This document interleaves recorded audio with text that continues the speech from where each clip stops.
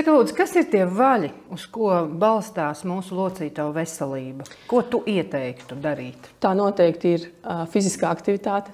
Pamatā regulāra, dažāda kustība, fiziskā aktivitāte, kas ietver ne tikai sporta treniņus, bet arī izkustēšanos ikdienā, darbā, ofisā.